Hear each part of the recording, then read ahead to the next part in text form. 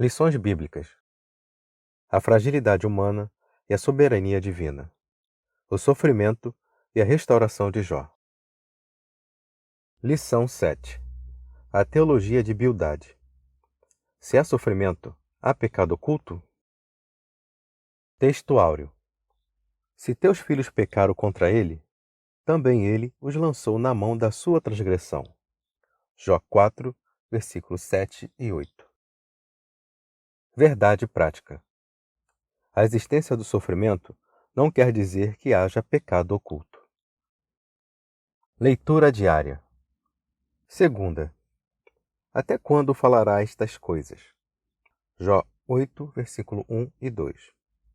Terça: Deus perverteria o direito e a justiça? Jó 8, versículo 3 e 4.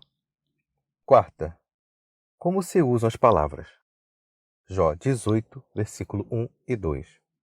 Quinta: que tipo de tratamento é devido? Jó 18, versículo 3 e 4. Sexta: a soberania de Deus.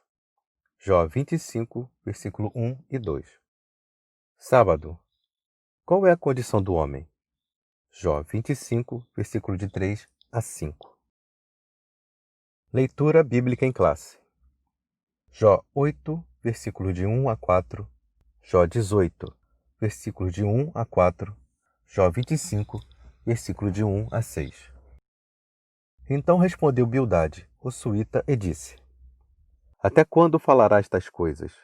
E as razões da tua boca serão qual vento impetuoso? Porventura, perverteria Deus o direito? E perverteria o Todo-Poderoso a justiça? Se teus filhos pecaram contra ele, também ele os lançou na mão da sua transgressão. Então respondeu Bildade, o suíta, e disse: até quando usareis artifícios em vez de palavras? Considerai bem, e então falaremos. Porque somos tratados como animais, e como imundo aos vossos olhos. Ó tu, que despedaças a tua alma na tua ira, será a terra deixada por tua causa?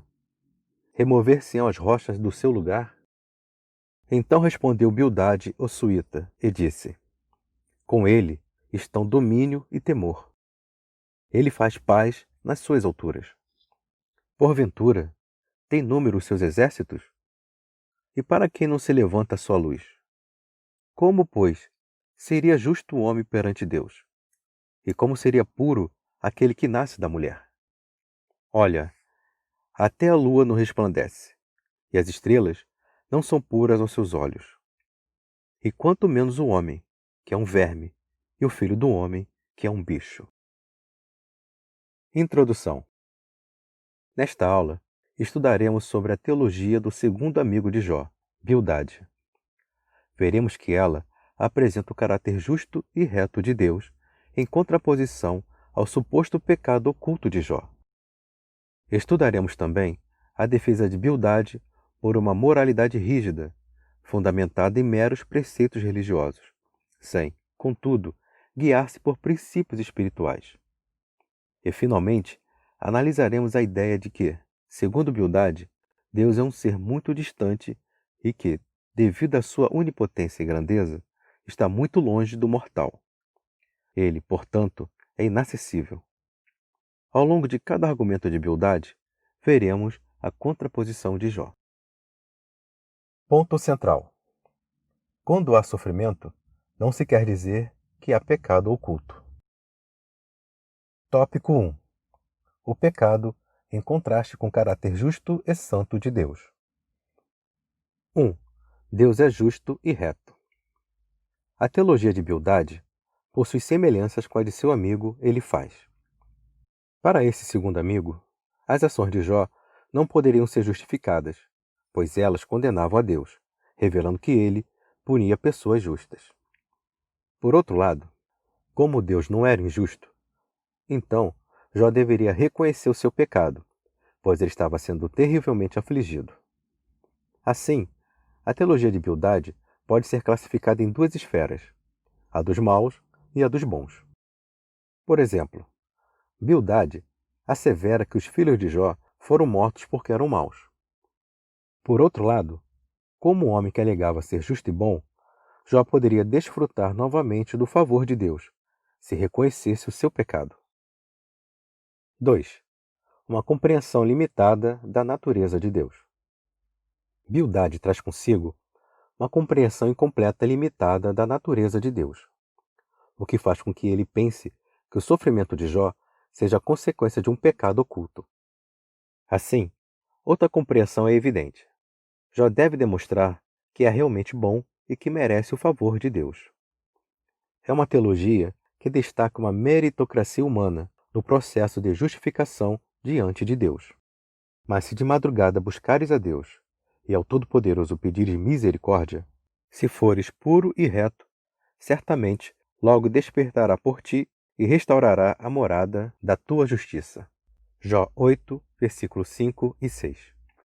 Logo, o enfoque de Bildade não é a graça que flui de Deus, mas o esforço humano que, por mérito próprio, pretende justificar o homem diante de Deus. 3. A imperfeição humana. Diante da defesa teológica feita por Bildade, Jó pergunta: como se justificaria o homem para com Deus? Jó 9, versículo 2. Ora, Deus é infinitamente sábio e justo.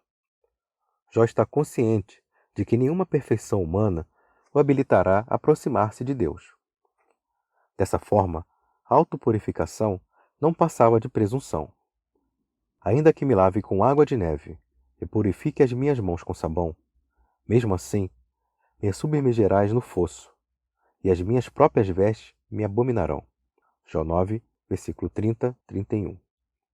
A linguagem é poética, mas ela afirma objetivamente a doutrina da santidade de Deus e a pecaminosidade humana. Deus é santo e Jó um pecador. Entretanto, essa não era a questão para Jó. O grande questionamento dele poderia ser feito da seguinte forma: é verdade que onde há sofrimento, há pecado? Seus amigos responderiam sim. Jó, um retumbante não. Deus já havia testemunhado acerca da integridade e da justiça de Jó. Isso deixa claro que nem sempre o sofrimento é fruto de uma imperfeição moral ou resultado de um pecado pessoal. Esse era o caso de Jó. Síntese do tópico 1. Deus é justo e reto. O ser humano é imperfeito. Tópico 2. O pecado visto como quebra da moralidade tradicional. 1. Moralismo por tradição. Bildade também está comprometido na defesa da moralidade que ele acredita ser a correta. Para ele, não havia nada errado quando fez a defesa da justiça divina, da mesma forma que acreditou estar correto quando defendera a moralidade dos seus dias. Todavia, não podemos falar de uma ética ou teologia moral de Bildade, mas simplesmente de um moralismo fundamentado na tradição. 2. A subversão da ordem moral. Na verdade, Bildade simplesmente repete o que já vem sendo defendido por gerações passadas. Todavia, acrescentando alguns contornos aos seus pressupostos teológicos. Para ele, as desgraças sofridas por Jó ocorreram por causa da quebra da moralidade estabelecida. Como o entendimento de Bildade era de que o universo é controlado por leis morais inflexíveis, ao quebrá-las, Jó sofreu as consequências, da mesma forma que sofre quem quebra a lei da gravidade. Nesse aspecto, praticar a justiça é se ajustar à dinâmica dessas leis morais. Bildade acreditava que de nada adiantava Jó achar que os maus prosperavam, pois isso era apenas ilusão. No seu entendimento, a prosperidade dos maus assemelhava-se às raízes de uma árvore que foram cortadas, cujos ramos, embora mantenham aparência de verdor por algum tempo, todavia, necessariamente murcharão. Ao não reconhecer isso, Jó estaria tentando subverter a ordem moral aceita. 3. Contemplando a cruz. O capítulo 19 é dedicado à defesa de Jó. É inegável que Jó sabia que Deus atua em um universo moral e que tudo o que acontece está sob seu controle. O homem de Uz estava convicto de que não havia quebrado nenhuma lei moral, sendo, portanto, inocente e que seu sofrimento não teria razão aparente. Mas diante das acusações dos amigos, ele está disposto a abandonar toda a tentativa de se auto-justificar. Ele quer abandonar toda a instância humana e apelar para o mediador, redentor, que defenderá sua causa. Ele não quer mais se defender. Ao invés disso, apela para alguém totalmente justo que vai ficar entre ele e Deus. É aí que ele contempla a cruz. Eu sei que meu Redentor vive. Jó 19, versículo 25. A palavra Redentor traduz o hebraico Goel e significa alguém que defendia um familiar quando este não podia fazer sua própria defesa. Os primeiros líderes da igreja entendiam que Jó predisse a ressurreição que será efetuada por Cristo no final dos tempos, e da qual ele participará. O patriarca queria a intercessão desse justo, imparcial e eficiente mediador. Síntese do tópico 2. Não se pode admitir a subversão da ordem moral, mas Jó estava certo de que não havia subvertido nada. Tópico 3. O pecado em contraste com a majestade de Deus. 1. A grandeza de Deus. O terceiro discurso de Bildade é feito para exaltar Deus e rebaixar Jó. Não há como negar que o longo debate entre Jó e seu amigo esgotou o poder argumentativo de Bildade, o que fez com que ele repetisse várias vezes o que já havia dito. Na verdade, o seu último discurso não traz nada de novo. No capítulo 25, ele destaca a onipotência divina. Deus é grande e poderoso. Por isso, nada há de errado quando Bildade defende a majestade do Altíssimo.